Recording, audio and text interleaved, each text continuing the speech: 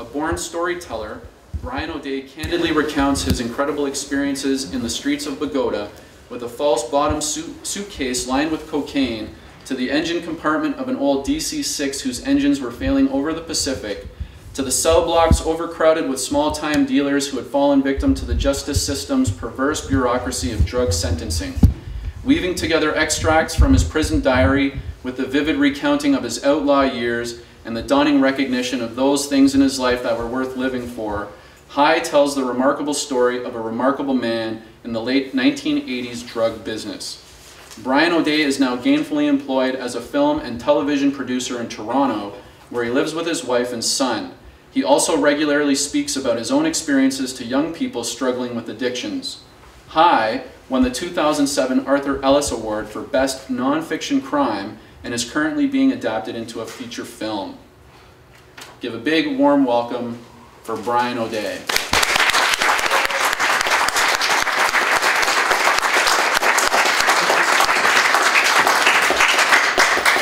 Thank you. Hi. It's hard to follow an introduction like that with anything that's better than that. That's pretty good. I couldn't have said it better myself. Thank you. I think first of all, I'm just going to talk a little bit about people who are still sitting in prison today. And then I'll read a little bit and you can ask me questions.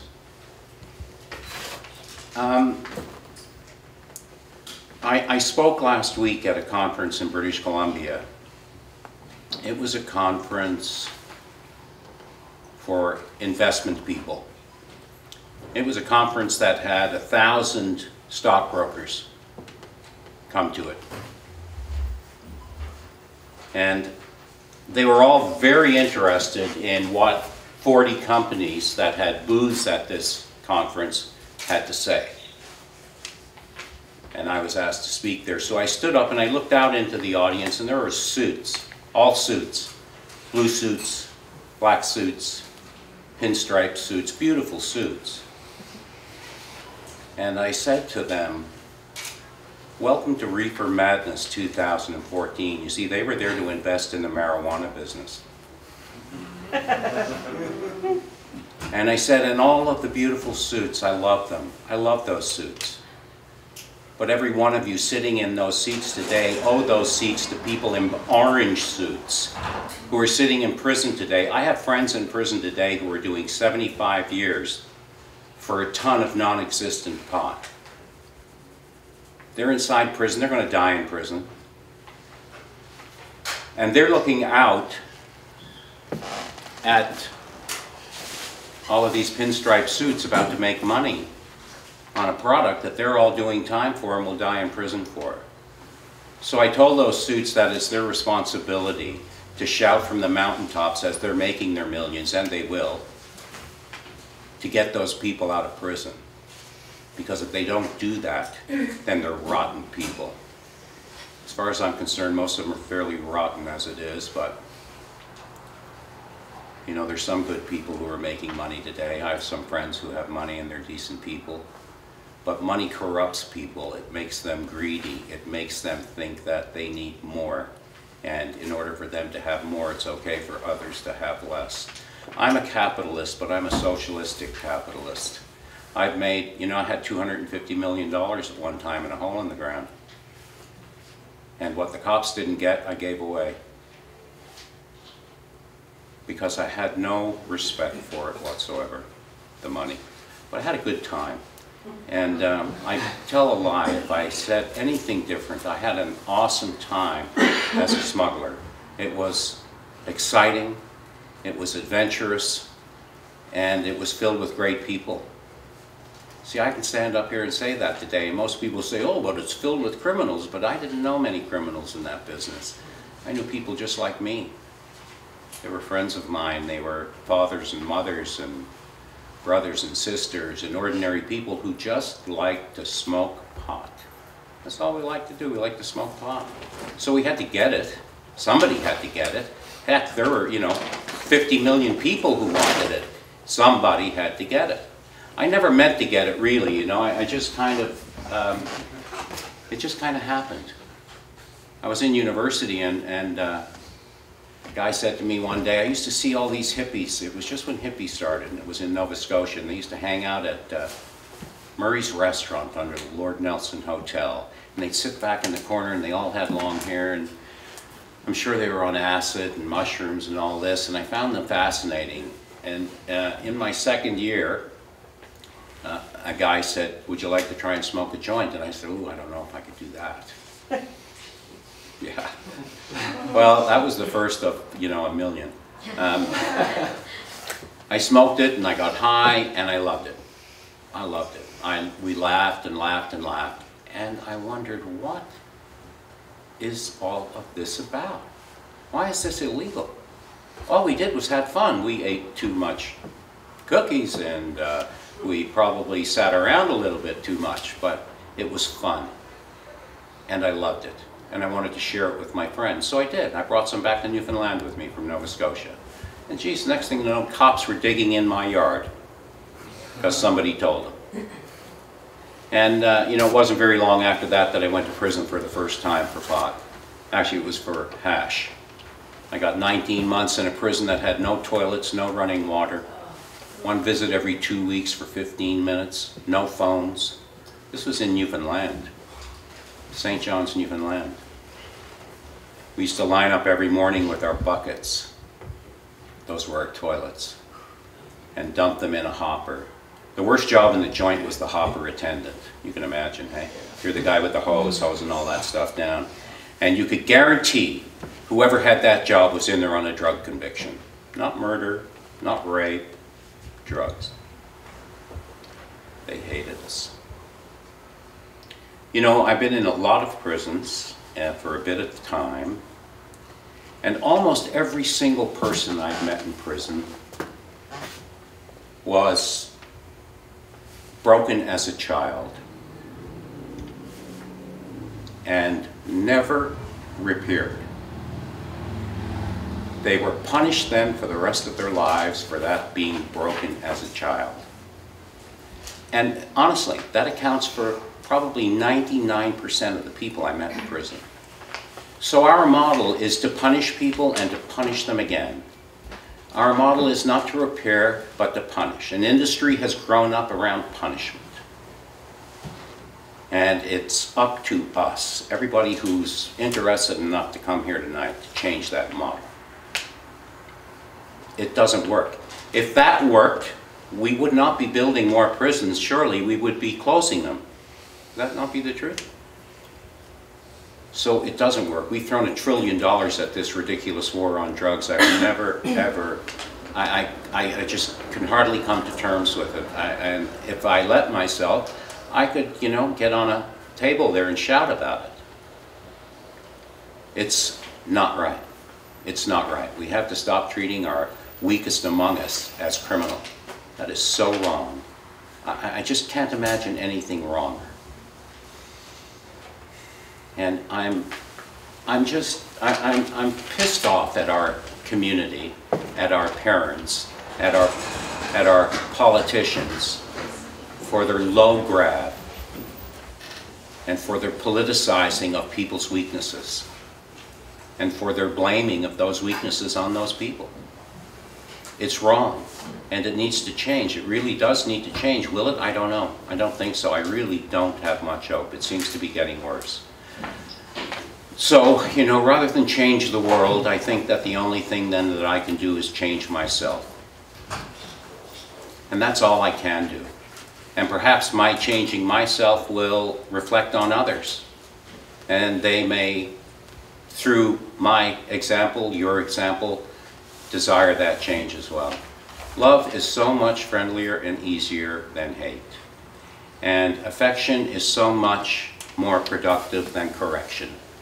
It just is. So, sorry, I apologize if I'm lecturing, but it kills me that we still have prisons filled with people who don't belong there. And I'll tell you, I was in a prison that had 1,400 people in it, and it was built for 400. I never saw such accommodation, such care and concern, one guy for another, not to get in anyone's way and not to upset anyone and to accommodate all of the wackiness that you can imagine exists in a place like that. Every hallway, every stairwell were bunk beds. Everywhere you could put a bed, there was a bed. People were literally busting at the seams. You can imagine 4 people for every one space. I was in a prison in Phoenix, and they added an extra bunk to the bunks, so it was 3 high and 1 guy on the floor. It was outrageous. And if you pissed them off, they'd put you on the road. They called it diesel therapy. And what that meant was, if you wrote too many cop-outs, for example, a cop-out in prison is a complaint about something or a desire to get something changed.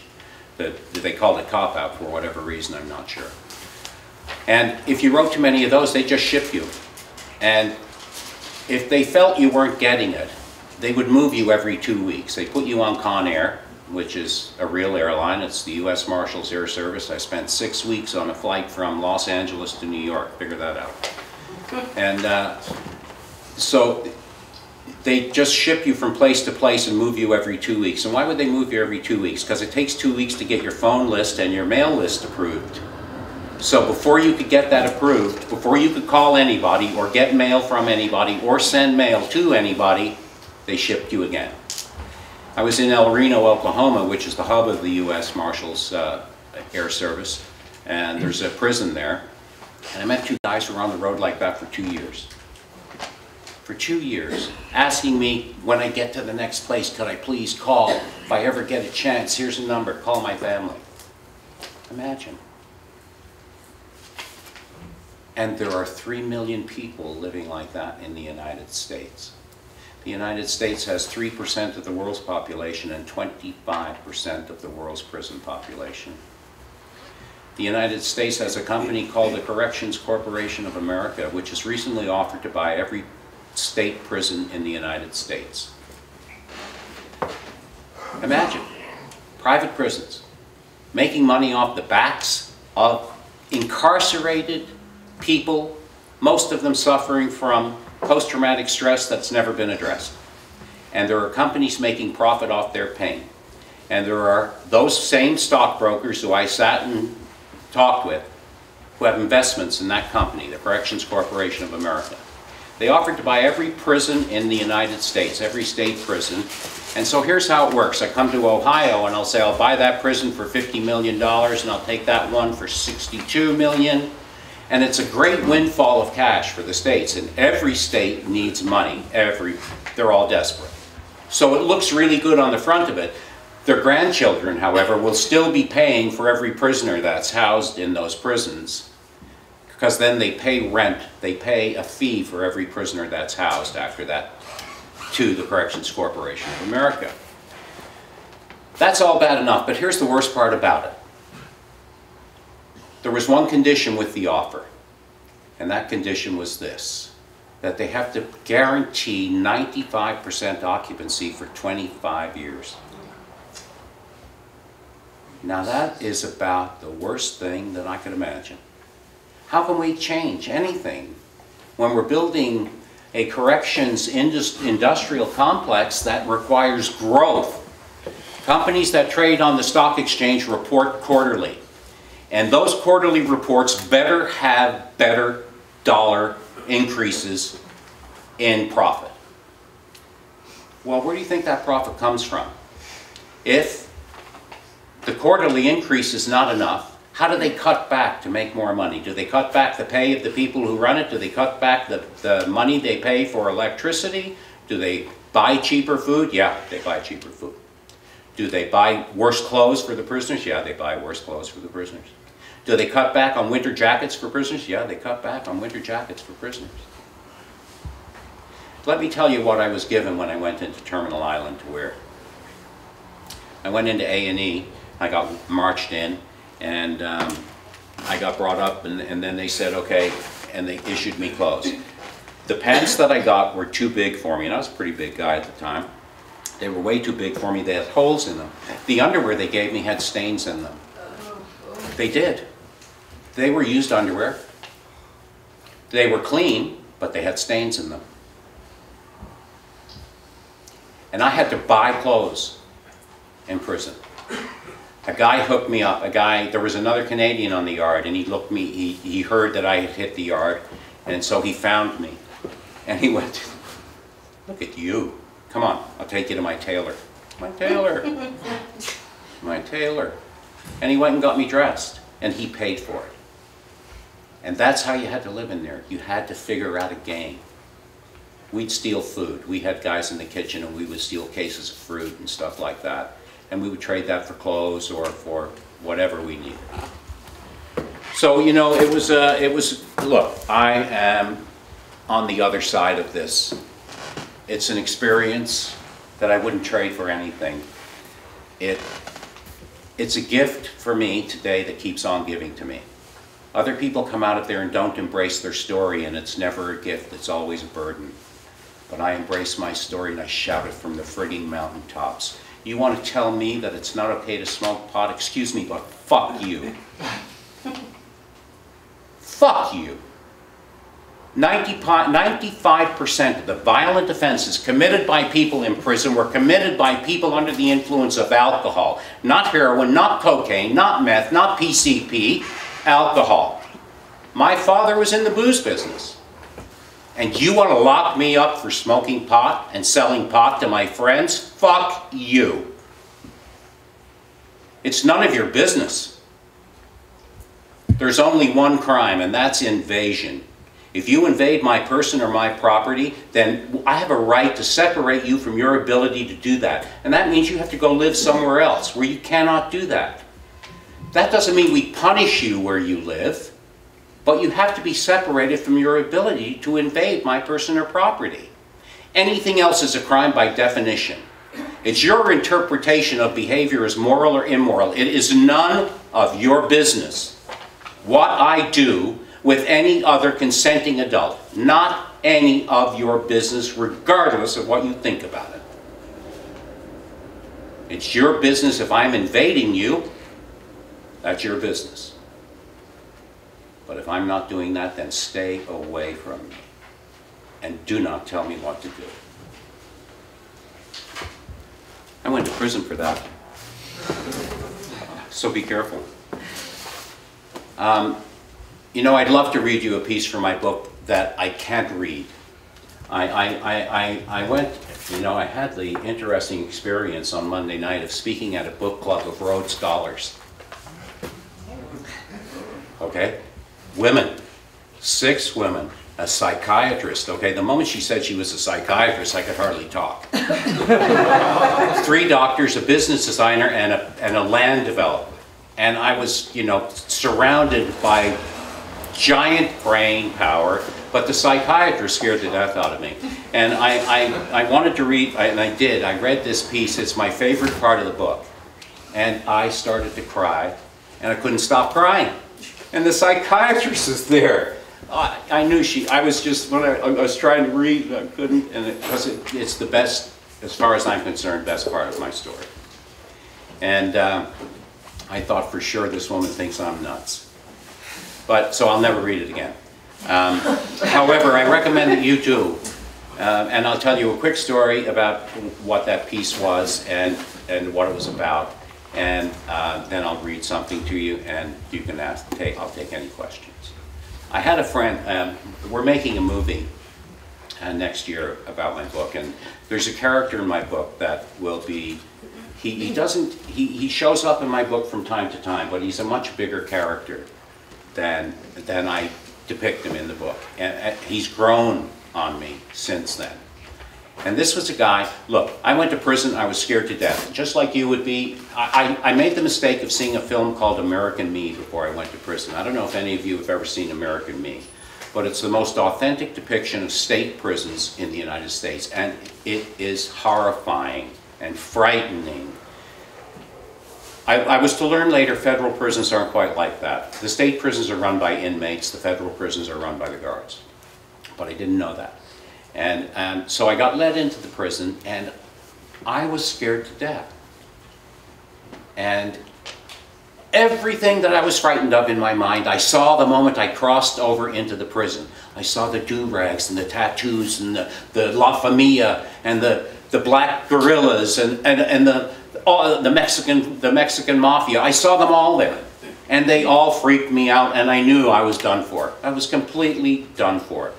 And when I got sent down to the freeway, which was what they called the hallway where I ended up living, there was this guy down there who was tattooed from the top of his head to the top of his toes. And his hair was like this, and he was always brushing around like this, and he was nuts and crazy, and he scared the daylights out of me. And there were always bad guys hanging around his cell. The worst, the toughest, meanest guys in the joint were always at Sam's cell. Sam was a heroin addict. He was a junkie. He could not stop himself. And he made a living in prison by giving tattoos. This guy, listen, there was anything with a motor that he walked by was not safe. A tape recorder, gone. And he would take the motor out of the tape recorder. He would take 2 toothbrushes, carve a channel down the handles of the toothbrushes. He'd take a guitar wire, stick it between, glue those together, attach it to the motor, and he had a tattoo done.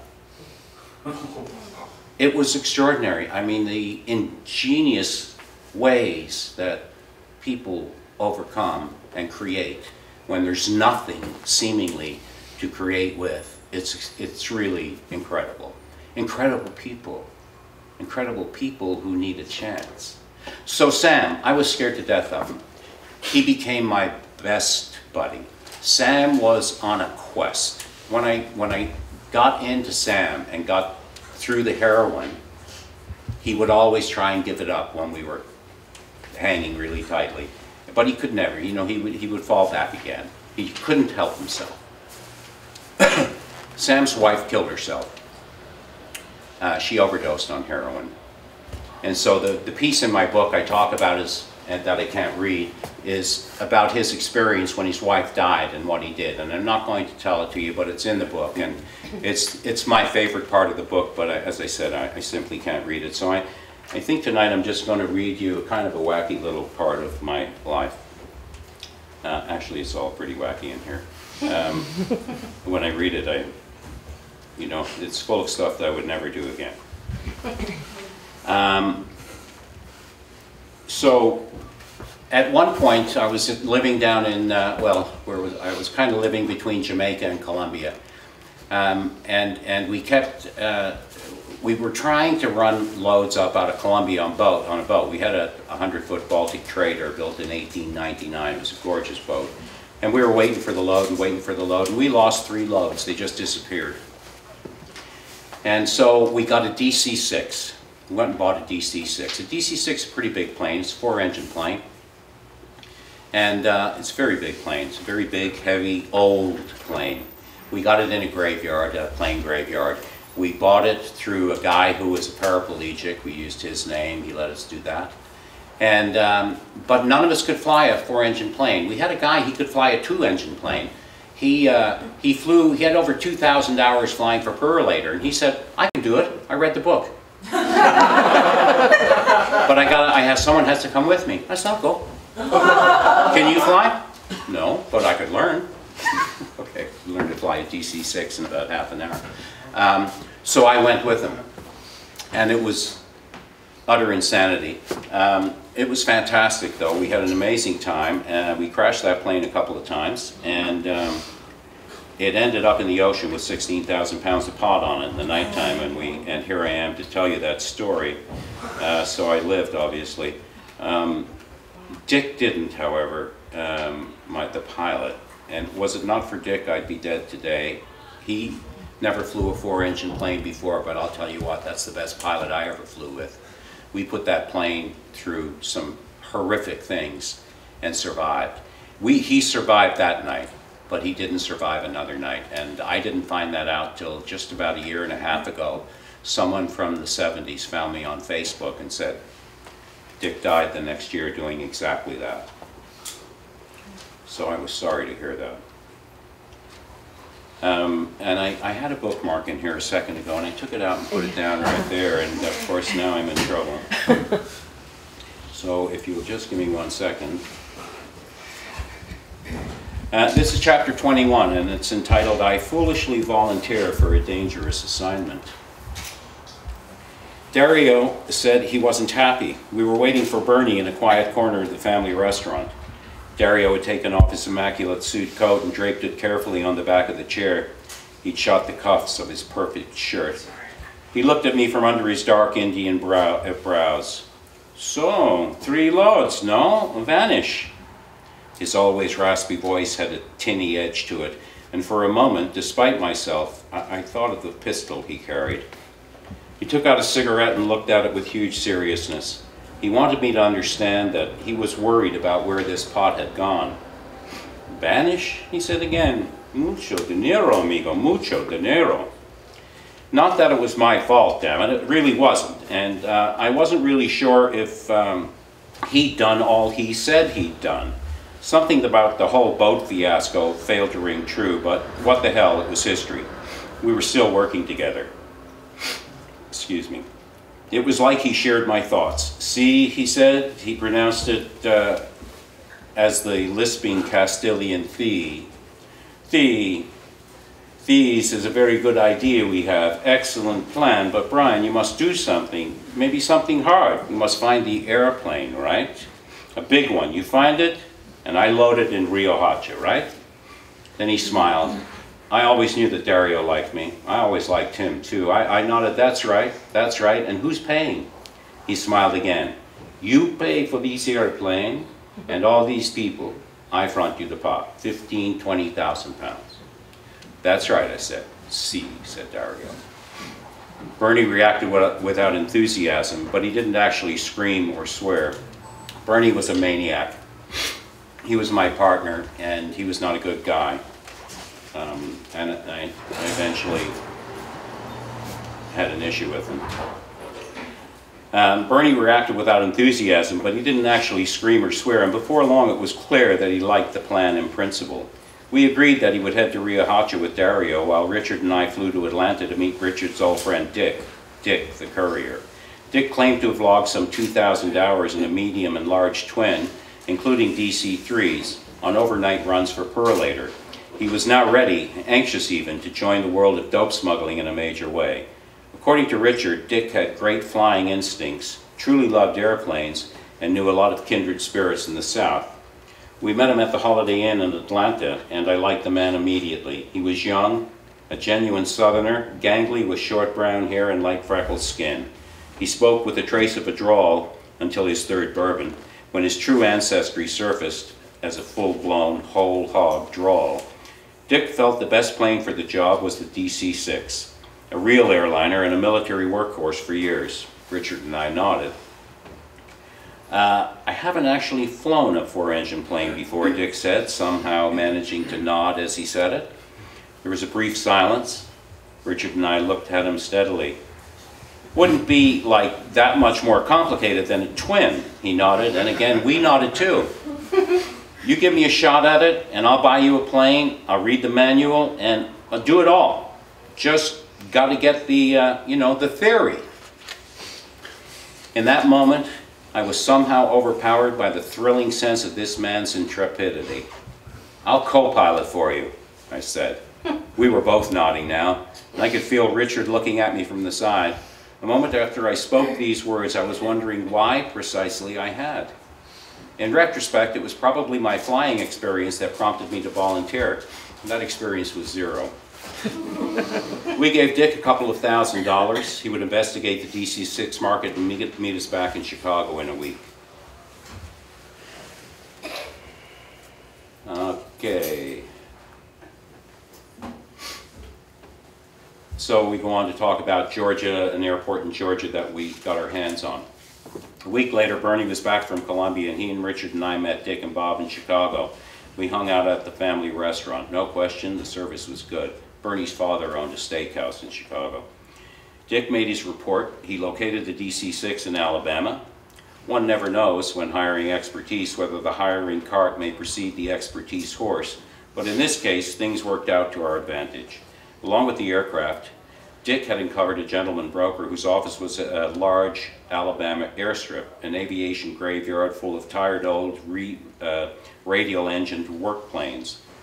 This tried and true son of the South was willing to allow a plane he represented to go missing for a few days. His paltry fee would be $100,000 with just 50 grand up front. Dick explained that the DC-6 is a large aircraft. It has an overall length of 106 feet and a wingspan of 117 feet. It's tough, it's possessed of a great undercarriage for landing on rough strips, and it's powered by 4 R2800 Pratt & Whitney engines, each putting out 2,500 horsepower, and very reliable if maintained at all properly. In the hands of a good pilot, the DC-6 will cruise at 265 miles an hour with a maximum payload of over 24,000 pounds for at least 3,000 miles. Our particular warhorse was a beauty, according to Dick, retired from her duties as a military troop transport and shuffled from one small cargo operation to the next. Now her last campaign will be the transport of 8 tons of Colombian gold. Dick was busy readying the flight manuals and was confident he could handle the old girl. The plane was probably worth 150 grand, but this present offer allowed us to use it for a few days without the tiresome complications of having to buy it and set up an offshore company, complete with paid directors, corporate charter fees, and so on, to operate it. The broker was known only to Dick, but if Dick was making an end for himself, we were not offended. The price was right, we were all pleased, not to be exposed in any way.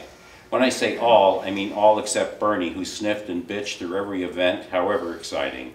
Now he ranted and raved his way through half a gram of coke, then settled down with the concept and agreed to play.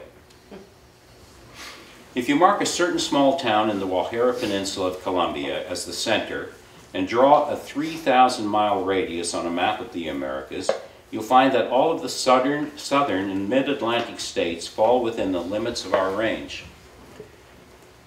But if you allow for a low-altitude, radar-evasive maneuvering, high-altitude takeoff in Colombia, and navigational deviations based on the location of the U.S. radar coverage in our commercial aviation zones, and you allow another half hour for emergencies, our effective range was 2,000 miles. This included only the southernmost strip of the continental United States. That was why we were so happy to hear from Bob that his aircraft repair boys in the poor South Georgia town of Moultrie would welcome us, and were perfectly willing to look the other way while we went about our business. Moultrie was only about 200 miles from Gainesville, Florida, which, as Bob's home, would be our distribution center. Best of all, these gallant grease monkeys would share their facilities in return for the apparently popular round sum of 100 grand. Bernie went nuts, as I had now come to expect, and as he would have done, as if Bob had told us the price was 5,000. We had no choice, though. It was a bargain at twice the price. The runway itself was 5,000 feet long and would easily accommodate anything we might want to bring in, including commercial jets. A large hangar guaranteed cover for the offload and would serve as a place to keep the tractor-trailer trucks out of sight while they waited for the load from Colombia. All these considerations are crucial to the success of any airborne smuggling operation. The greatest vulnerability is on the ground, where one's movements are both limited and predetermined by the available roads and facilities. You are rarely seen in the air, and if you are, it's very difficult to throw up a roadblock, given the additional dimensions and freedom of movement. Danger is on the ground, and it's here that the greatest attention must be given to your choice and mode of operation. Moultrie was made to order. When the meeting was over, Bob and Dick headed out into the Chicago night. Bernie, Richard, and I went next door to a bar to hear about Bernie's trip to Riohacha. Bernie disappeared into the washroom without a word. I was familiar with his pattern by this time. He'd be gone just long enough to crouch down in a booth, trickle some from the nose bag, form one line, two, snort, snort again, stand up, piss, look at himself in the mirror, and come out. "What the fuck?" he asked Richard and me when he emerged. "Hey, Bernie," Richard said sort of wearily. "What's the fucking matter with you?" Bernie wanted to know. "What are you drinking?" Richard asked. "We've just ordered bourbon," I chimed in. Bernie looked at us suspiciously. "Tell us about Riohacha," I suggested. "How did it go?" "Fuck," said Bernie, but quieter. He sat down. Thus our otherwise sound minds devoured. So that I wrote this book as a letter to all the people who supported me before I went to prison. And I was just writing my prison journal and that kind of thing and sending it out. And one day somebody said to me, why don't you, because all of the people who supported me were also sober. So they didn't know me or my life before I got sober. They only knew me from being sober on. So they said, why don't you write some stories from your life so we know where you came from? So I started writing stories from my life, and that was one. And that one goes on, and in the original form, the book was 2,300 pages. So, you know, I had to keep my friends entertained while I was away. So that story kept going on, and I love that story too. It's a great story, and it was a tremendous adventure. And they would write me and say, please finish that story. I can't stand it. I'm on the edge of my seat. So I hope you're on the edge of your seat too when you read that. And thank you so much. I'll stop reading now, and if any of you'd like to ask me any questions, I'd be glad to answer.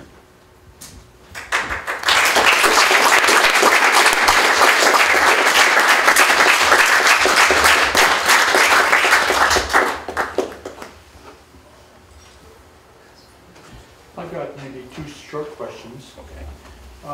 In the introduction that Patrick made, you mentioned that you had stopped smuggling. Yeah. And after that, they arrested you. Now, how did they work that?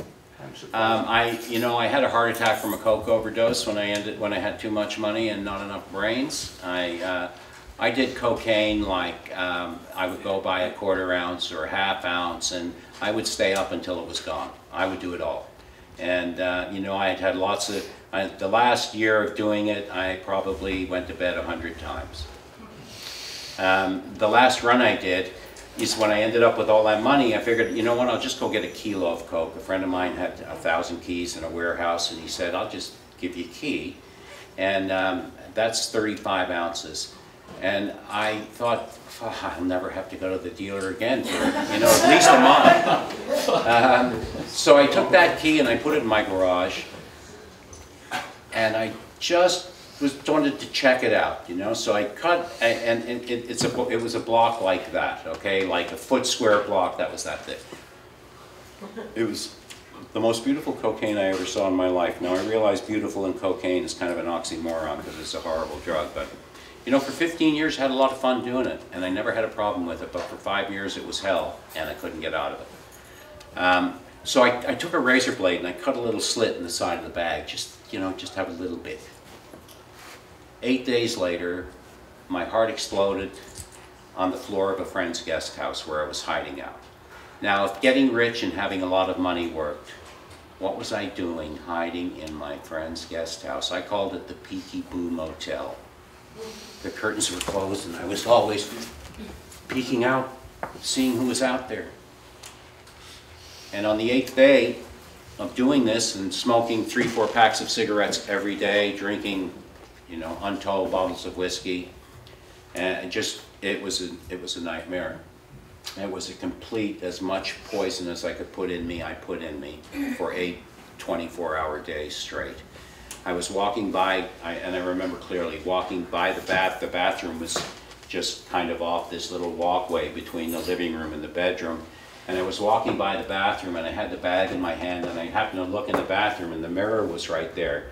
And I went, but it was me. And when I did that, the bag went up in the air, the coke went up everywhere, and my heart went boom.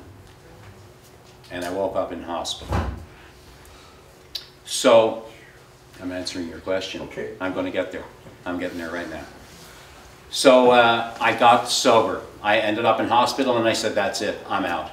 And you know what, for a guy who had no idea that I could live without any of the things I had put in my body for the previous 20 years, I knew I could not live any other way.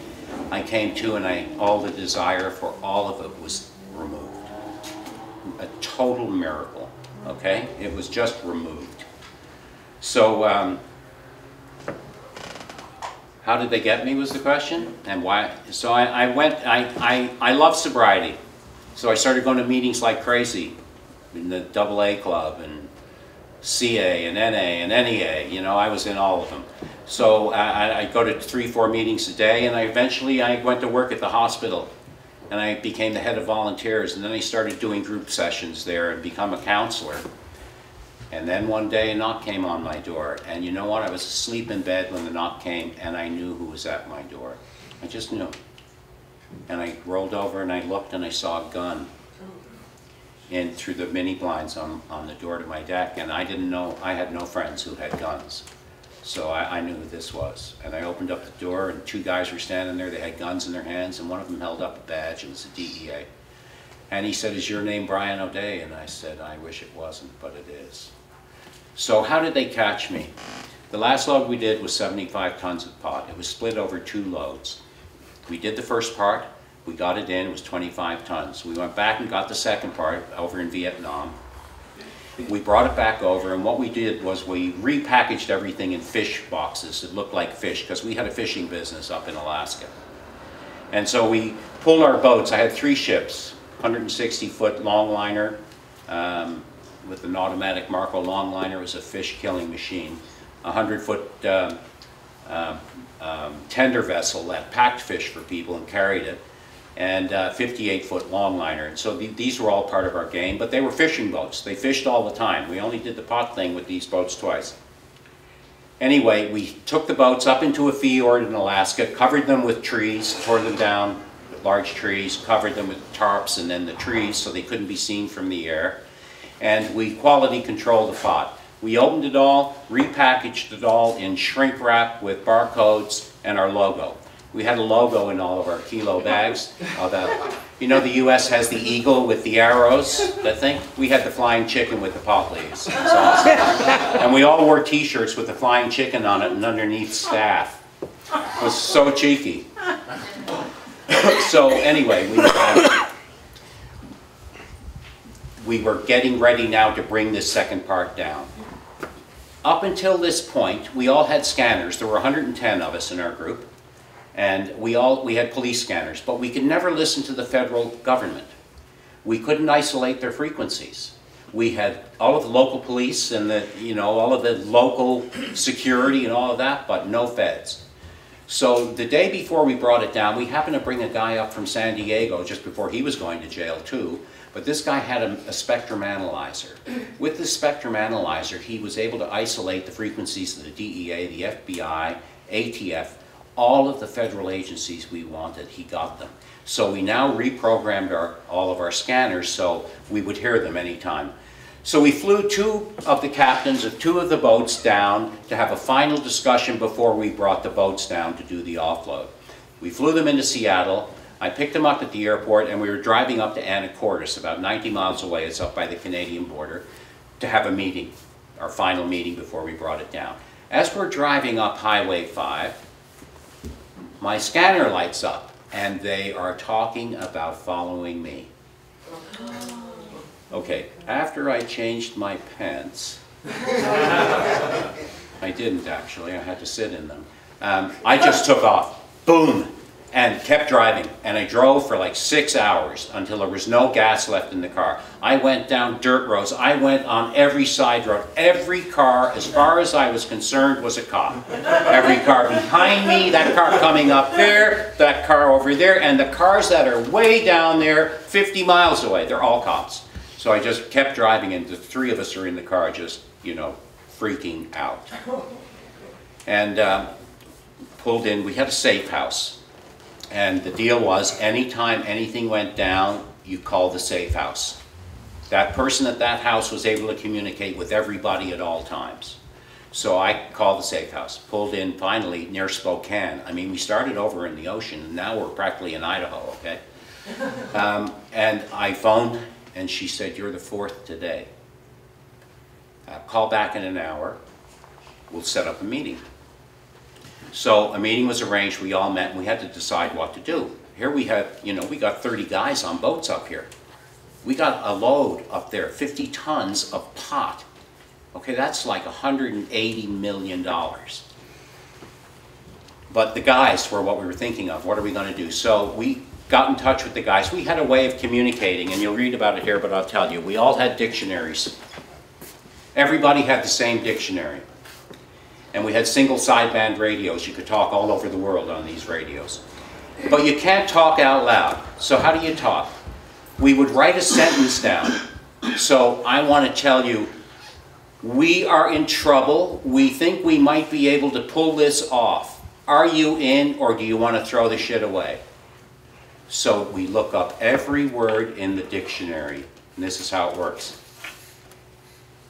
In, page 88 in the dictionary, and it is the 4th word on the page.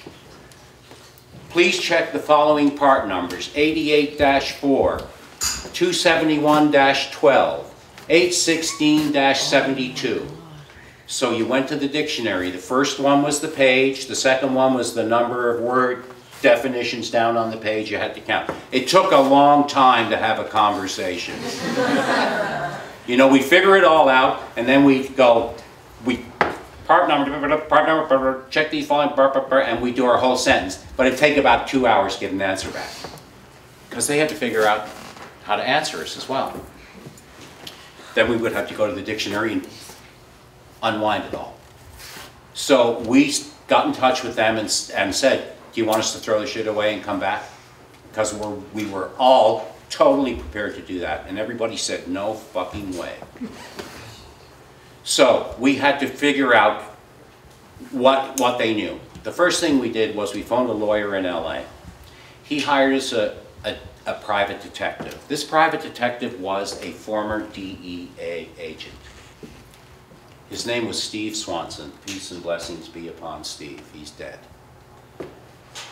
And I'll tell you how he died in a second, and then I'll take your questions again. So Steve was able to immediately go to work for us, and he gave us this information. They don't know anything about your trucking company. I had 5 tractor trailers on the road. That's how we were moving it to California. As far as they knew, we were moving it out of Washington. So they knew nothing about my trucking company. They knew our offload. They knew where we were coming in. We had this private offload in Anacortes that was family owned, dry dock, private, totally beautiful. It was gone. So we couldn't use that. They couldn't find us. They were looking for us. They were flying up and down the inside passage. They were looking for us everywhere and couldn't find us. So that was helpful as well. And then here's the kicker. We knew that they knew, but they did not know that we knew they knew. That's it. We knew that they knew, but they did not know that we knew they knew. Just because of that. Sorry, Brian. That's okay. What's wrong with him? No problem.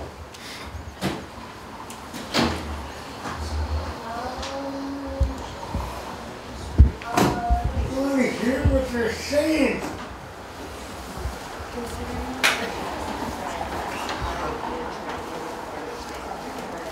And no way you can help me. Black kiss. So, sorry about that.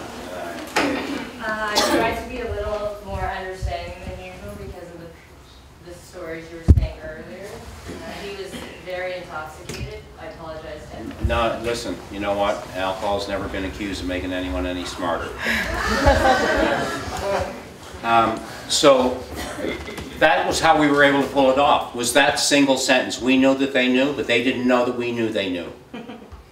So what did that mean? I could do this, and they'd go, bam. They'd look at whatever I was going to throw out. So immediately, we went to a friend of ours and got a new boat. We got a 280-foot boat that its whole purpose in life was to bring smaller boats on its deck to Alaska for fishermen. So we got that boat, took off up to Alaska. We knew they were flying over us, and now we were listening to them fly over us. We took the load off of the boats, put it on this boat, and headed back down. Now we had to change our offload, and the only thing that we could figure out to do was to come into Bellingham, Washington. The University of Washington is there. It is a big town. It's a city. And we figured, listen, this is business as usual. That's how we were able to pull this off. We're fishermen, so fuck it. Let's pull right in there Saturday morning, just like business, and offload the fish. So that's what we figured we'd do. So the moment we got near Bellingham, we pulled our boats that they were looking for out into the open. and tied them off together like they were doing something. The radios lit up. We got them. We're on them. Don't touch them till they cross the Canadian border. Because they knew we had to come down and cross the Canadian border, and that's when they were going to hit us. So they were all now, everybody was over here looking while we were over here going like this. So we got down into Bellingham. 6 o'clock in the morning, the boat pulled in. I was on shore to meet the boat. I was the only person standing there, and the only other guy of the 55 guys who got indicted who didn't talk, I didn't talk and he didn't talk, was standing on the bow of the boat. And it was like, yeah. So we pulled in, the boat docked, backed the first truck down, put the conveyor belts from the truck to the boat, and started offloading boxes of what looked like wet lock boxes filled with fish. We took a box that was filled with fish and accidentally tipped it off of the conveyor. So there was all these fish under the conveyor. Because on these docks, they're old salts. They come by all the time and say, "What are you doing? Did you catch anything? How was it?" And we'd pick up a fish and give them a fish from the box that had broken. By 11 o'clock, between 6 and 11, we put 50 tons in the back of those tractor trailers, and they were gone to California. The moment they got into California, we pulled our boats across the Canadian border, and we had just made fresh donuts and coffee on the boats. So when they hit the boats, the smell of fresh donuts was all that hit them. There wasn't a joint in sight. Over 100 seaplanes, helicopters, Navy, Coast Guard, DEA, FBI, ATF, there were over 100 of them. And there wasn't a joint in sight, and they lost grip. That's great. And I knew right then and there that this was not over. You could throw an egg on the face of a DEA agent and walk away. No, I don't think so. So, you know what? We spent the next 2 years having a wonderful time, kind of. You know, we had a lot of money and we had a lot of fun. We did $250 million in business. I never saw a gun and never lost a dime. And I do deals with people, with strangers, and pick up $10 million in suitcases and never had a problem. And that's the way that business went. And as I said, I had a heart attack. What they did was then they started going after the young people who were in our crews. They started with the youngest, and they went and said, "Hey, you're going to prison for 30 years. You ready for that? Give us the money you made." They couldn't get under their beds fast enough to give them the money. There was one guy, you see, how did it all unfold? One guy, we had a deal in our group. There were no cocaine. If you did coke, you were out. We had one guy, a guy I grew up with in Newfoundland, who couldn't stop doing coke, so we got rid of him. We made him go away. And we told him we'd pay him.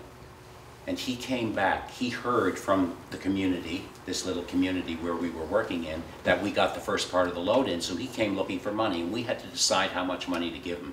We didn't want him to go crazy, because this guy was a crazy guy. So the boys decided they wanted to give him 50 grand, and I said, "No, don't do that. That's not enough." But it was democracy, and they won. We gave him 50 grand. He was furious. He left that meeting with the bag with 50 grand in it, walked to the DEA's office in Seattle, knocked on the door, put it on the table, and said, "I can tell you where there's probably, I don't know, 100 million, 200 million more just like that." He got 25% of all of the assets that were seized, which amounted to about $28 million by the time they got us. So he was the guy that rolled us up, and he's in my book. You'll recognize him as CI, he's called in the book. CI stands for Confidential Informant. So, you know, they indicted 55 of us. Anyway, I'll tell you a quick story about Steve Swanson, the DEA agent who helped us. Everybody who cooperated in the deal, here's part of the cooperation.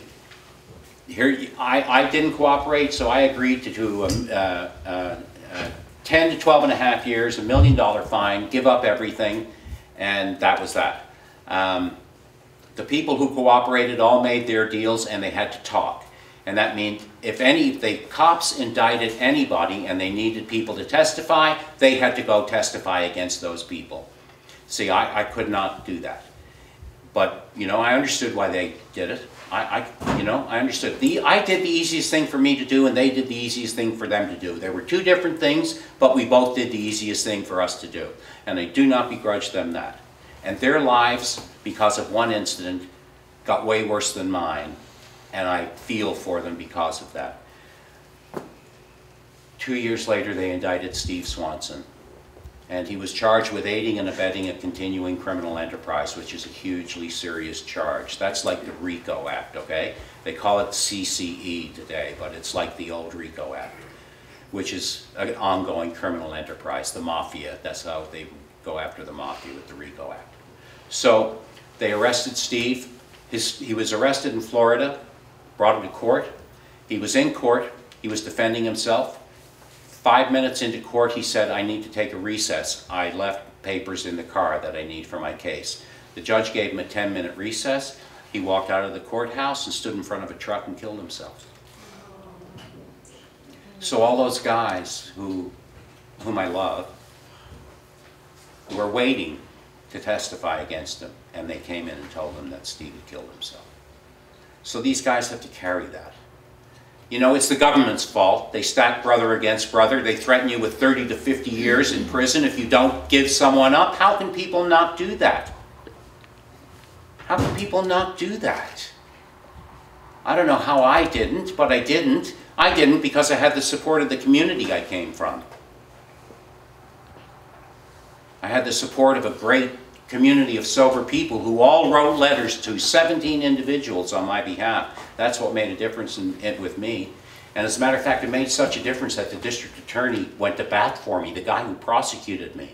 He wrote the Canadian government after I got transferred to serve my time in Canada and said, let that guy out as soon as you can. He didn't have to do that. I didn't cooperate. But it worked for me. So, Okay, second thing, which is a very short thing. yeah, You talked about, I'll try and make it short. It's my fault. You talked about corrections corporations.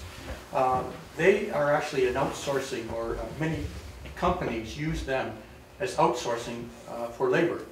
Like for instance, if you make a call to a service, you know, one of these service call centers. Yes. You could be talking to an inmate in Yeah. prison. And they actually make maybe $1 an hour. The ones who don't do that kind of work maybe get 6 cents an hour. Yeah. And they have to buy soap at the retail prices. I got $5 a month was my pay in Terminal Island. Yeah. But if I wanted to work for the federal government in prison, you see, if you've ever been in a federal government office in Canada and the United States, if you've ever been in a federal government office, you've sat on furniture made by slave labor, made by people in prison. In Canada, it's called Corcan. In the United States, it's called Unicor. This is the prison industrial complex within the prison. They make furnishings and other things for federal operations. They make clothes for people. You get preferred housing in prison if you work for those people, and they pay you 50 to 60 bucks a month, which is better than $5 a month.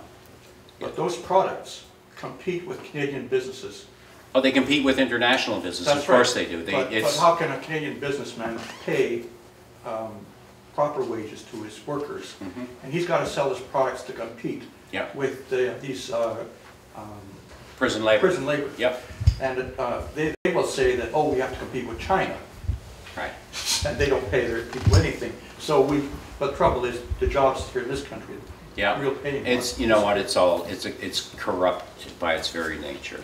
Thank you for that. It's good to bring that up. Yes? Okay, I guess there's a lot of questions, but I'll keep it brief. Being I'll try and do running the a huge same. enterprise that you did, you know, hundreds of millions of dollars in sales, you must have had death threats from somebody. You know, like now, I know they have the Mexican drug cartels nowadays and stuff like that, but back when you were running, there was different organizations competing for the same. No, there was plenty of room. You know, there were about basically 12 major groups who were in business as professionals importing from Southeast Asia. I knew them all. We all knew each other. And we're all in each other's books, by the way. It's so interesting. The other day someone pointed out this book to me and said, you're in there. And this was just other people in that trade. They shut us all down at the same time. I ended up in prison with people that I knew who weren't in our group, but who were in other groups. And yeah, they took all of the pot people out of play at once. That's why America became self-sufficient in the marijuana business. Actually, they relied on Canada until 9/11. And after 9/11, America became fully self-sufficient. Thank you. Yes? I guess the military and the Air Force and the Navy have their own drug operations so they can make money on the side. Did you run into any of those guys? Okay, I'll tell you a story tonight that's not in the book. I didn't put it in the book because I was afraid I would get killed. But I don't think I will today because I've seen people tell other stories. I mean, Glenn Greenwald is still alive, so I figure I'm probably okay. We did a deal one time, and we went to Southeast Asia and picked up a load of Thai. And it actually came, most of the Thai pot, they call it Thai pot, comes from Vietnam. And we dealt with the Vietnamese military, was who supplied it. And when we got over there to pick up the load, they said, we want you to take 2 people back with you. And we said, absolutely not. Not putting any strangers on our boat. And they said, okay, you're not getting the pot. So eventually they convinced us to take these 2 people. These were not good people, but we didn't know who they were. They seemed like us, but we didn't know who they were. So we had a meeting amongst ourselves without them and decided we were going to change the offload from where everybody else knew it was going. And we moved it to Santa Barbara, and actually we pulled the boat right off Santa Barbara, and we used Zodiacs, and we just ran that shit right onto the beach in the back of pickup trucks. It was unbelievable. The next day we get a phone call, and this guy says, who the fuck do you think you are?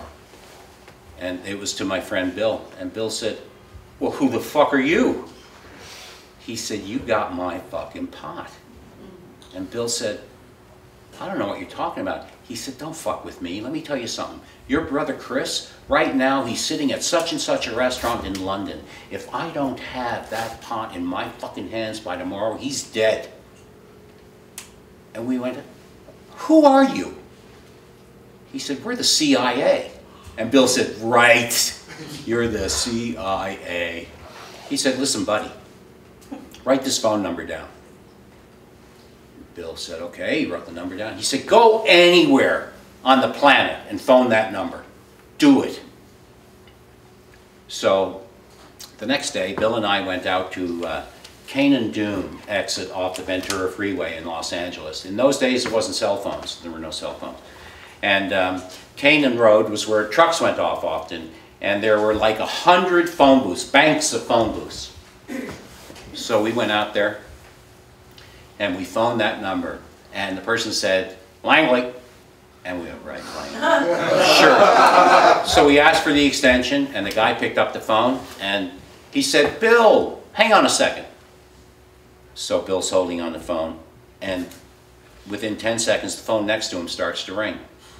And the guy comes back on the line, he said, tell your buddy to pick up the phone. And they picked up the phone, and it was him. So we believed him. And he said, here's how it's going to work. You're going to take $3 million tomorrow, and you're going to go to the Sikh temple on Robertson Boulevard in Los Angeles. You're going to walk into that temple, and there's an altar. You'll see it in there. Just go put the suitcases there and leave, and we'll be done. And so the next day, we hopped in the car. He hopped in the car with the money. I hopped in a taxi cab with the camera. Because I'm going to shoot this thing. Because I'm not going to have these guys say we didn't go and whatever. So he goes down, he gets out of the car, I'm parked back by this park, and I get out and I'm like being a tourist, taking pictures. Next thing, 2 guys standing in the front of the temple notice me and see what I'm doing, and they come straight for me. So I jumped in this taxi and I said, just fucking drive, just go. And the guy said, I've been waiting my whole life for this. And we drove up into Beverly Hills, and you know, I had him drive around and around, and finally I jumped out of the car and started to run through buildings and lost him. So that was that. One other story, we were up in Dutch Harbor. If you are in Dutch Harbor, you're a fisherman. If you're not a fisherman, then you got no business being in Dutch Harbor. It is in the middle of nowhere, and you can't get there from anywhere. So there are these two guys sitting over there. We're in the Forecastle bar, and they got baseball caps and nice clean shirts and clean boots and shit, and they're not fishermen. And they come over and sit with us and say, we'd like to make a proposal to you, a proposition. And we said, what's that? They said, we'd like to offer you the opportunity to take something for us and deliver it to Nicaragua, in return for which we'll give you access to any port in the U.S., one time only. This was during the Iran-Contra, the Sandinista-Contra, that whole George Bush Sr. fiasco. They wanted us to run guns into Nicaragua. They were obviously the CIA or somebody like that. But we told them they had the wrong guys, and we took off. So that was the other time that I nearly did something with the CIA. Yes? With all your travels around the world and with your extreme enthusiasm for cannabis, just curious as to what country yielded the highest quality cannabis, and if you remember what strain it was. And a follow-up question, how do I get a flying chicken with a cannabis leaf t-shirt? Okay. Those t-shirts are probably very worn out now. Talk about bought the t-shirt and wore it out. I'll see what I can do about the t-shirt. You know what? In those days, Thai pot was the best pot. It was Vietnamese, called Thai. That was the best. I don't know what the strain was. We weren't into strains. We were into pot that tasted good, like it had a chocolatey Grand Marnier kind of nose and taste. Wrapped up in the gray strings? No, we didn't. The string thing we didn't do. We just did the bulk. That string thing, that's, you know, that was a whole marketing thing. And that was how they sold it over there, in small pieces. We wanted kilos. That's how we got ours. Yes? With the legalization in Colorado and Washington, do you have any hopes for the drug war to end, or like end in stages? Well, see, I think heroin should be legal, okay? I think methamphetamine should be legal. I think crack should be legal. I really do. Because all we're doing is calling the people who use it criminals. We're criminalizing them by saying their behavior is criminal. It's not criminal, it's ill. We need to help those people. And the only chance we have of helping them is if we legalize it so that they come to us for its distribution. Not to some fucking street corner hustler who will kill them for their money, but come to me. Because you see, if I'm not standing here with the hammer of justice to hit you over the head, but I'm standing here with an opportunity to get better. I've never met an addict who wants to stay an addict. I've met drug users who love the drug all the way to addiction, where they then hate it and can't shake it. So every single addict I know doesn't want to be that. We have no opportunity to help them not be that by locking them up and hitting them with the hammer. We only have the opportunity by opening our hands and our arms and our hearts and saying, here's your heroin. Now, let's talk about helping you get it off of that. That's what we need to do. Pot will be legalized in the entire planet within 3 years. The medical marijuana is simply a trick, a lie, a deceit, a bullshit to get into the recreational door. It's the key that's opening the door to the rec room, baby. And I'll tell you why, because money's standing at the door. And money is not going to accept medical marijuana. Money wants it all. So that's the way money's going to get it. It simply is. We have governments, as I say, we have the best government money can buy. And it's getting better and better, according to money, because money is spending more and more on the government. Money gets what it wants, and money right now wants legal pot. It doesn't want legal drugs, but it wants legal pot. I think we'll move to a more medical modality to treat drug addiction and drug use, and I think we'll have full-blown legalized pot. But they're too chicken to do the right thing about legalizing all drugs. All drugs, everything should be legal, yes. I haven't read up on it in a while. I just want to make a statement. Like, I think in a South American country, either Brazil or Portugal, they decriminalized all drugs, and Well, they didn't decriminalize, they legalized all drugs in Portugal. yeah, and like crime rates went down, overdoses went down, and Portugal. all the other crimes that involve drugs. So yeah, like it's a free will decision between like a human making a free will choice, right? Yeah. They just need some help. Portugal, 2001, their biggest single problem was heroin addiction. So they legalized all drugs. The United States said, we're punishing you for that. You don't think you can do that. This is our world. You don't do that. They sick the United Nations on them. The U.S. only used the UN when they need it for stuff like that, to use it as a hammer. So Portugal just stood their ground. Within 2 years, 50% reduction in heroin addiction problems. 50% reduction. The age kids started to use drugs went up by 2 years. This is within 2 years of them legalizing drugs. See, decriminalizing is a half measure. It will avail us nothing. What does decriminalizing do? It says, I'm not going to put you in jail for using it, but I'm going to make you go through the keyhole of illegal activity to get it. I'm going to make you deal with criminal gangs to get it. You see, that's a half measure. That is baloney. That doesn't help. You still have to go, we've still kept the currency in the hands of criminal distribution. People who are controlling, there are 13 neighborhoods of concern in Toronto, they say. Those neighborhoods of concern are being controlled by criminal gangs who operate with one currency only, and that's drugs. If we take the currency out of their hands, we will take the gang problem, we'll diminish it greatly. Let me just say that. I do got a question. Yes. Have you ever heard of the Tabernate Boga plant? It's ibogaine. Ibogaine is a heroin killer. Yeah, all drugs were legalized. There are good drugs that actually help. Ibogaine is one of... And not just the bad drugs would be legalized, the good ones would be legalized, and then we could honestly fix the problem. Ibogaine can fix heroin addiction. Simple. Simple. And there's an Ibogaine clinic in Toronto, I believe. There's one in Vancouver. And it's an important substance. Anybody else? What kind of a substance is that? Ibogaine comes from a plant from South America, and I don't know. I can't tell you any more about it.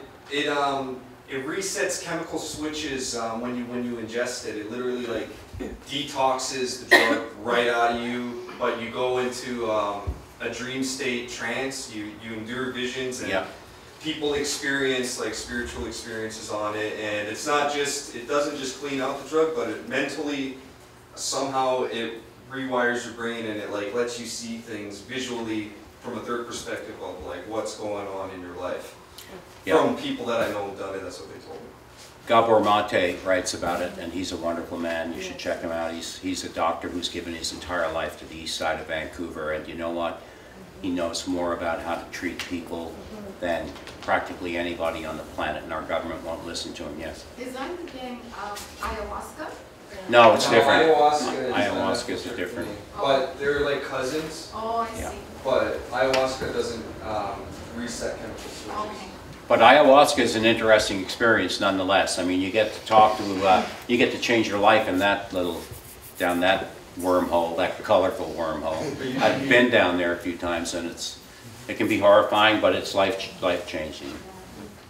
Anyone else? Dr. Gabor Mate, he's using the ayahuasca as well. He's actually done it. He's trying to treat his patients. That's right. With that. I've been following him for a long time. He's really good. And like he says, it's not the drugs that are addictive. Right. It's the person with the addictive personality, because you know, I can go out and do cocaine and not be addicted. Right. Somebody else can do cocaine, guaranteed. Oh, I'm one of those people who, I met 2 drugs in my life I couldn't put down. Cocaine and tobacco. Question. Yes, sir. You're buying drugs in Colombia. Yeah. Obviously, you have to pay for them. Mm-hmm. Did you pay for them in North America, or did you in turn have to smuggle money, gold, whatever, into Colombia? Both. And you don't have to do that. All you have to do is put it on a plane. You put all the money on a plane, the cash, and you fly into St. Martin. In St. Martin, there is no customs. There's immigration, but not customs. So what we would do is we'd fill the plane up with money, fly down to St. Martin, and a car can come right out to the plane on the runway and take everything off of it and drive away.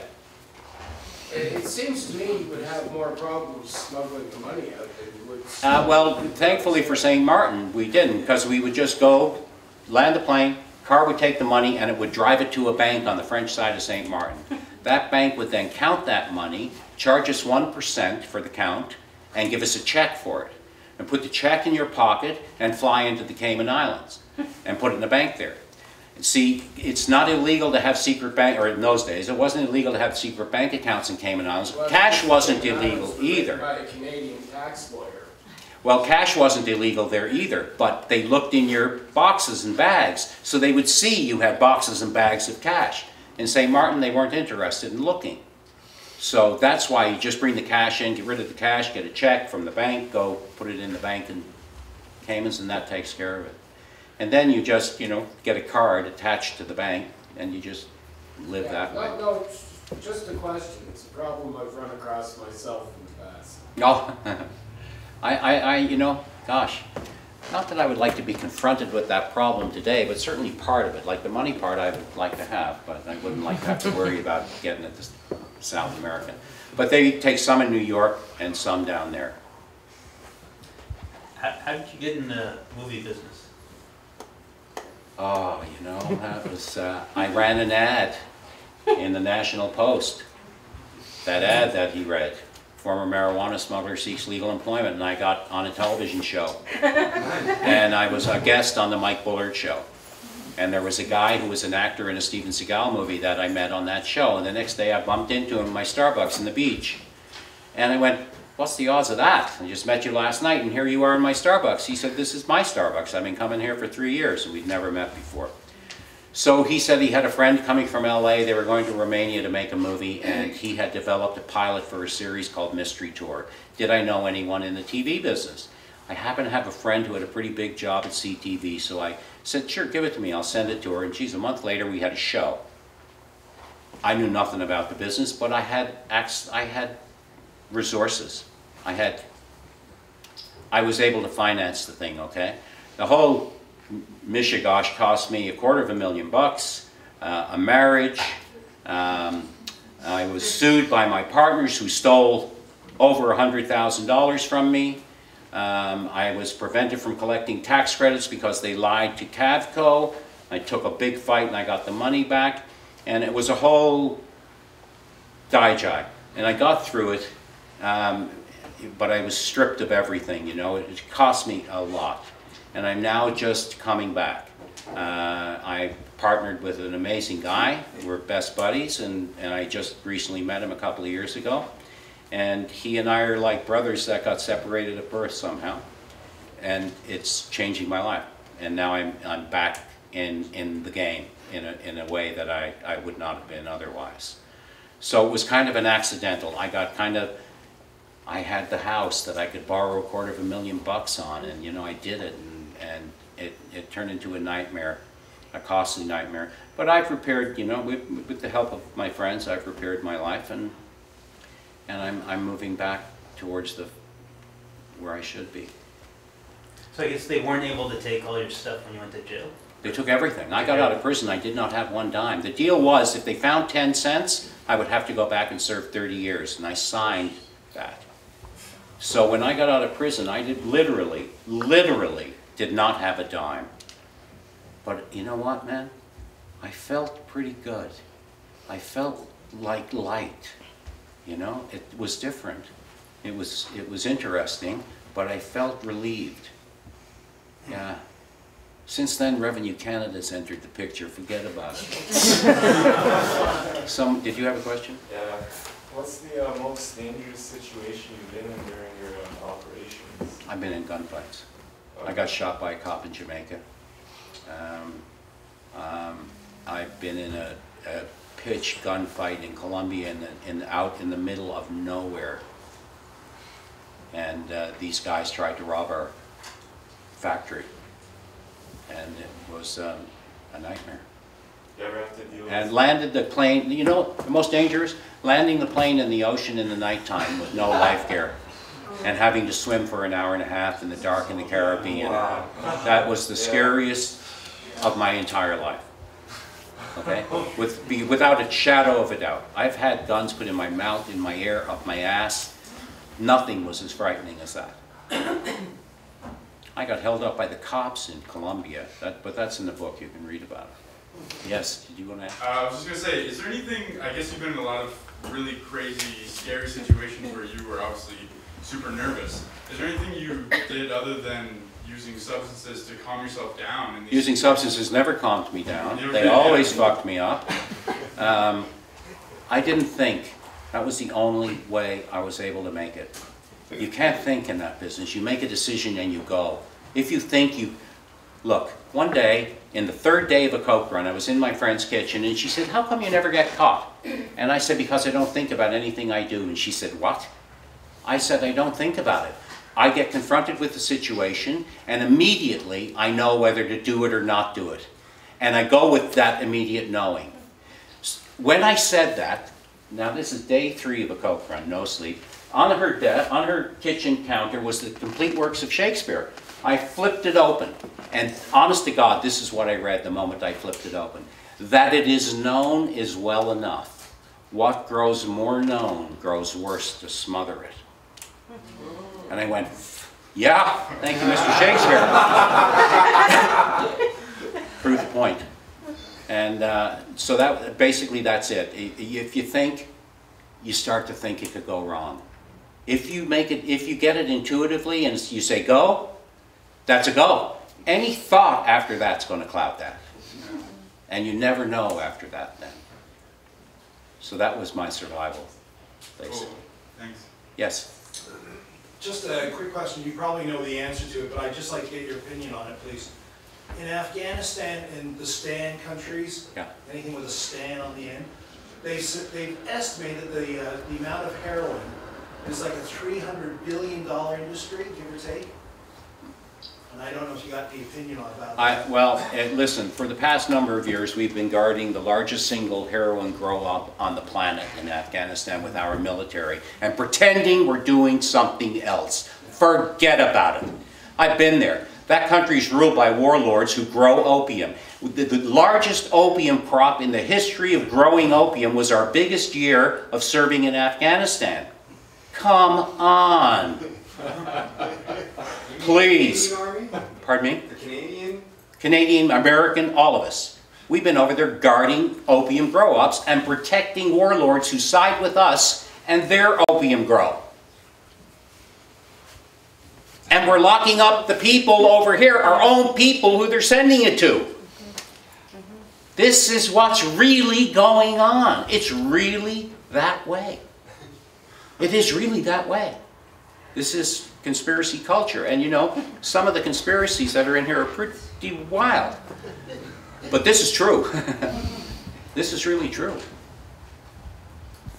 And they all may be true too, but I only know this from my own experience. Yes? Have you ever heard of Mike Looper? He wrote a book, Into the Wilderness, and he also had a DVD, and he talked a lot about being part of the LAPD and then how he was helping to distribute the drugs, etc., through the police force and CIA and stuff like that? No, I didn't, but you know, it doesn't surprise me. The CIA was behind the crackification of black neighborhoods. And you know, the black kids would get 40 years for what a white kid would get 5. It's just horrendous. All these black kids in the prisons in the United States serving decades for what white kids got 1/5 of the time. It's unbelievable. And there, I just, you know, I can't say enough about it. It makes me boil. Yes? Well, your talk just makes me want to ask a million questions, but one of them is how you were able to make the transition from what you described in what sounds like a very adventurous life to the life you're living now. You got to get in the movie business, my dear. Okay?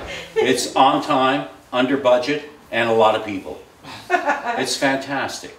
Listen, when I'm in that business, it is so reminiscent. The last big show I did was a show called Redemption Inc. on CBC with Kevin O'Leary. It was the Survivor for ex-cons. And it was an amazing, fabulous show, and I had a great time doing it. There were about 120 people in the crew, and it was spectacular. I mean, it was just like running a crew. Yeah? But no one was going to jail. And so it was, all of those elements are in this. It's exciting. You hope you're going to put on the screen what you work so hard to do. It's just like you hope you make it in to do the offload, to put the pot in the hands of people who like to smoke it. Well, we hope what we eventually end up putting on the screen is what people like to watch too. So it has all of those elements without the downside. Without, you know, it has downside, of course. But you just keep showing up in this business, eventually it'll catch up with you. And yeah, so it's very exciting. It's fabulous. I love it. It's creative, and I'm working with great people. Really, that's what makes it work. Do you still, after years of being in that business, do you still read about what's going on with the big drug cartels? Things? Yeah. Do you, oh, totally. Yeah. Oh, I'm very knowledgeable. I write for, you know, various publications about it.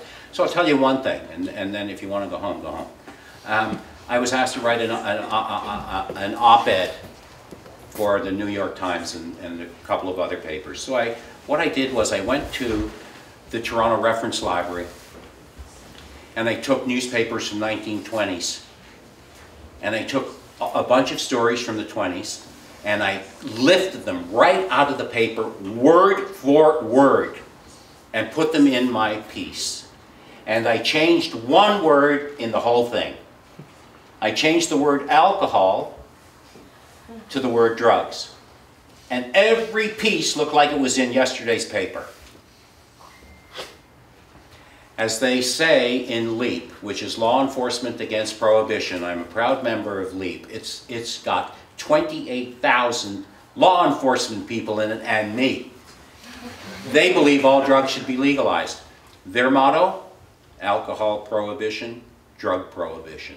Same problem, same solution.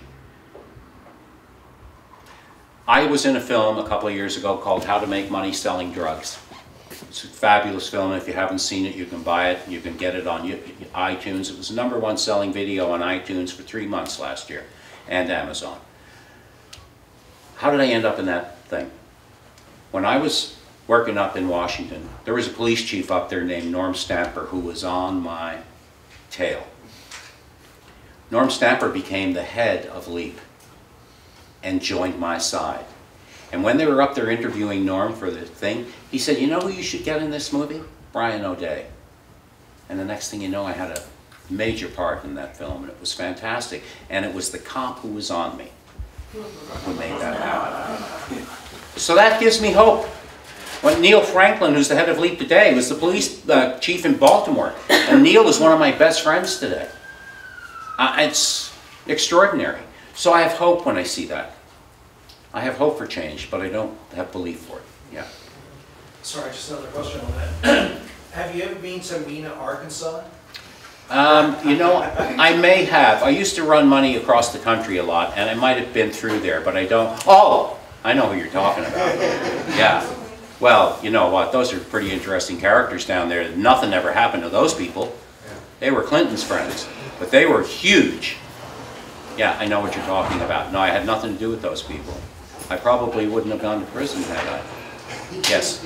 So do you feel with your experiences, you know, your potential run-ins with the CIA, and do you feel like the establishment is, you know, really behind the whole drug trade, and they're pushing these drugs to dumb down the population and essentially enslave us by having the war on drugs?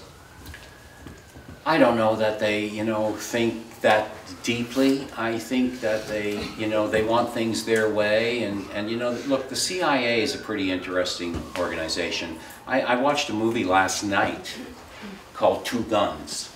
You seen that movie? And it was about, it's so wacky, but it's, most people look at it and say, ha, wow, that was a pretty fun movie, and that could never happen. 2 secret agents from various branches of the military, each thinking the other guy is a bad guy, break into a bank and steal $43,125,000 of the CIA's money. And the CIA comes after them and knows that they are both undercover people and start killing them all. And it was the most bizarre, and I had fun watching the movie. And it's completely true. I get it that that could be true. I get it that that could be true. So, you know, is it like there's some kind of orchestrated cabal behind it? No, you know, money's is not as smart as that, but money has a real steamrolling effect, okay? And it's all about money, baby. This whole thing, this whole gig is operating on money, on paper, on a facade. And all that's tied up in money. It's all about the money. And I don't think it's a designed intention, but it's where the money, you know, the lowest common denominator, the most place with the most gravity, that's where it finds itself. And money doesn't really care what it does, I found. Yeah. Yes? Yeah, I was reading a book, I think around the 1800s, where... You're not that old, are you? I guess the feudal families from Europe and coming to America were out there getting drugs anyway, so you would get the rich families of America doing exactly what you're doing. So I guess your pedigree is coming from European royalty and you're following it. Yeah, right. Listen, I'm from Newfoundland, buddy. That's as royal as it gets, right? I come from fishermen. My Uncle Mike fished the southern shore in Newfoundland. My grandfather was a sales guy knocking on doors and then built a soft drink factory, which my dad and he turned into a brewery. You know, his grandfather was a farmer, and we come from Ireland, from farm stock. You know, so the only royalty we have is that we had our hands in the ground. How did they react in Vancouver when you were there? Gave the guys in the suits or whatever. They loved it. They loved it. Did that surprise you? Or? Not really. They want the money, and it's all they want, honestly. And I was introduced as the person who moved more marijuana than the entire room combined, and so they wanted to know me. What about when you brought up the prisoners, though? They all kind of shuffled in their seats. But you know, there's a big one happening here in June, and I'm just, you know, building the words for it right now. Because it's their responsibility now. If they want to get in the game, then they got a job to do. And I'm going to shout it, and as long as anyone will listen, I'll shout. And actually, I've been given a pretty good platform in that industry right now to do that, and I'm going to do it. That's good. Yes? Will you be speaking at the Normal conference next week? No. No, probably not. Probably not. Okay. I support everything they do. You know, these people sometimes have a hard time with me because I came out of a drug smuggling world, and they, you know, don't want to get any of that on them. You know what I mean? Yeah. But I want to get it all on them. I want to get it all on all of them, on everybody. May I say thank you so much for coming. Thank you. And you know what? You can support this wonderful family-run operation by buying my book, which I'll be glad to sign for you as well. And if anybody wants some organic, chlorine-free tips for their joints when they leave here, I've got a big box here that were donated by Georgia Tunes. If you've seen the artwork on the walls, Georgia Tunes is like a massive advocate for medicinal marijuana. Her son suffers from a rare genetic disorder where I think they said maybe by the age of 30 his spinal column will fuse and they don't really expect him to live past that. But from when he was a young boy, she had him on cannabis to ease the pain and alleviate all of the symptoms. But we've got her artwork up here until the end of the month. Just thought I'd raise that. And there's also a raffle. There's 2 art pieces at the back, 2 original pieces by Georgia Tunes. The tickets are only $2 each, and we're doing the raffle on May 31st. But definitely, like Brian said, if you go to Amazon.com and you look up High Confessions of a Pod Smuggler, they start at $74. So they're $22, and Brian will be able to sign them, which will definitely appreciate the value of the book. So. Yeah, right. Sir? Go, please. Yeah. Hi. And thanks again for coming out on a Friday night, everybody. We know you guys could be raving and getting your party on. Did you get your phone size, your hat? Yeah, a friend of mine gave it to me. Guy who used to teach meditation in Terminal Island, they stopped him from coming in because too many inmates had his phone number. And he was the most important guy to all those people. It would be. Smells good here.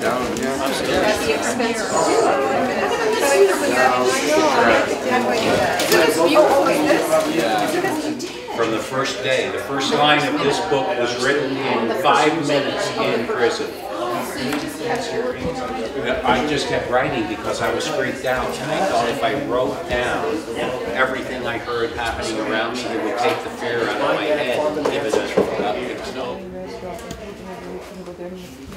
Thank you. You're welcome. Thank you. Thanks for being here, buddy. Yeah, man. I want to read your book. Enlightening, what do you think the other way will go about it? Get a real lawyer.